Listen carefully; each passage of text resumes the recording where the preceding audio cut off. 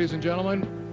Now to continue with our workshop series, our workshop instructor, Mr. Mike Haller.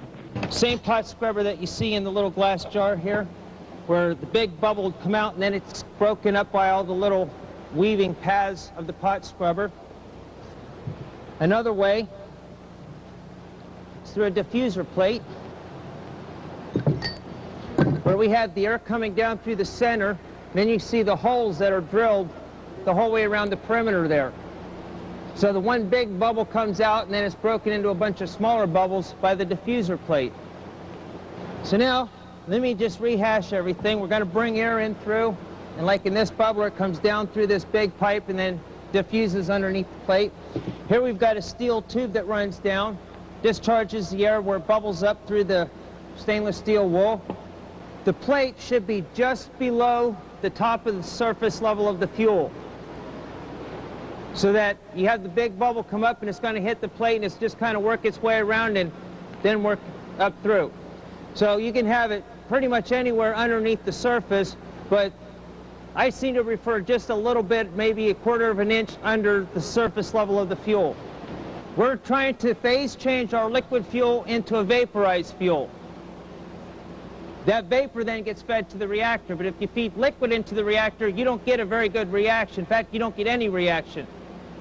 Which on gasoline, that may not be so bad, because at least you're vaporizing the fuel in the reactor and you'll get better mileage than you would without it. But when you put other things in here, your engine doesn't run very well on vaporized used engine oil. So we got to get that stuff vaporized before feeding it into the reactor. So that's what we're trying to do with the bubbler, is vaporize the fuel. After we've vaporized the fuel, then we send it into the reaction chamber. Here's a reaction chamber where we make a bend here and a bend here, and then this pipe goes in through one end, out the other straight. Now we have a pipe inside of a pipe. The outer pipe, even with the inner pipe in there, is still going to flow the same amount of exhaust gases as it would had stock. Pi r squared, surface area of stock pipe, plus pi r squared, surface area of the outer diameter of your inner pipe. Add the two together, work it backwards. That'll give you what you need for your new outer pipe. And if it's between sizes, let's say whatever number you come up with is halfway between this size and this size, go with the smaller size, not the bigger. Let's go to the reaction rod. Reaction rod made of steel. Inner pipe, made of steel. Outer pipe, made of steel. A lot of people say, well, will other materials work? Yes, they will. And some work better than steel. A lot of materials don't work at all, though. So to keep it simple, steel, steel, and steel.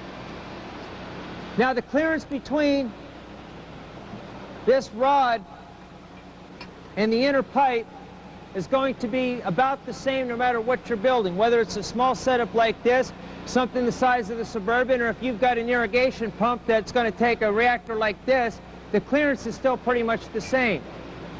So we want to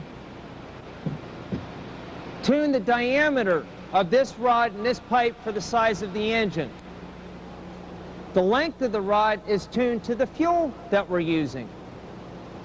Now, if we were going to run, say, propane through the reactor, propane has very small molecules. Those are 3 carbon molecules. It's a very light fuel. To break that down does not take much. For a propane system, we might have 1.5 inch or 2 inch long reaction rod. Do a fantastic job. Gasoline, that's got to be longer because it's much heavier than propane. So they're anywhere from 4 to 7.5 inches, depending on a few other things. If we look at, say, diesel or used engine oil, now we're getting into some pretty long rods, because the bigger and the bulkier the molecule, the longer it takes to do the job on them and turn them into plasma. We need a longer reaction rod in there, longer chamber to house the rod. So let's say we're using gasoline. Let's say that, well, this is more of a gas diesel rod, okay, 50% diesel. We need to know how long we need to make the chamber, right? Well, here you can see the pipe starting to come outside of the exhaust. That means that the effective reaction chamber is going to stop about here. So we have a reaction chamber in here, and just about here then, the rest of this pipe doesn't do anything, cannot be used for a reaction. So we have from here till about where the muffler starts. We look at the way the rod fits in there, then this reaction chamber is just about perfect for this rod that we're going to use. We have between 1/2 and 1 inch clearance on either side of the rod, inlet side and outlet side. Got between 1/2 and a full inch worth of clearance between where the rod ends and where you run out of inner pipe. Once you get a reaction going, that rod's going to center itself where it wants to be. As I slide this, the rod moves freely in there. That's what you want. You don't want the rod pressed in, you don't want it wedged in, you want it to be able to do its thing and move around as it sees fit. So you get the tabs turned so that it just slides in there nice and easy like. The rod does have to have steel in it. I know there's people thinking about all the materials they're going to try because I said, yes, some work better than steel. So I'm going to be the one to figure out what that other stuff is. As long as you have ferrous, metal, iron in the rod, knock yourself out. I tried a brass rod and I didn't get squat for results because there's no iron in there. Now remember, we have an electromagnetic field in here. That all emanates from the rod. And if the rod cannot carry that electromagnetic field like the brass cannot, then we don't have our reaction. You mean between the tabs in the wall? I'd say 5,000 to 8,000 between each one. If you have pretty clean pipe, you could make it tighter than if you have pretty rough pipe. Like the black pipe we use has a ridge that goes up the center and you get occasional pieces of flashing on the inside. So you'd want it a little bit smaller. The purpose of the tabs is just to keep it kind of centered in that pipe. All right, it's not to locate it. And Paul tells me that once you got a good reaction going, and I've seen evidence of this to support it, but once you have a good reaction going, you wouldn't need the tabs. That the rod will just start out sitting on the bottom of the pipe. As you build up the reaction, it'll just kind of pick up and hover there, electromagnetically centering itself. No need for tabs. So it'll center itself this way and this way, all by itself, with or without the tabs.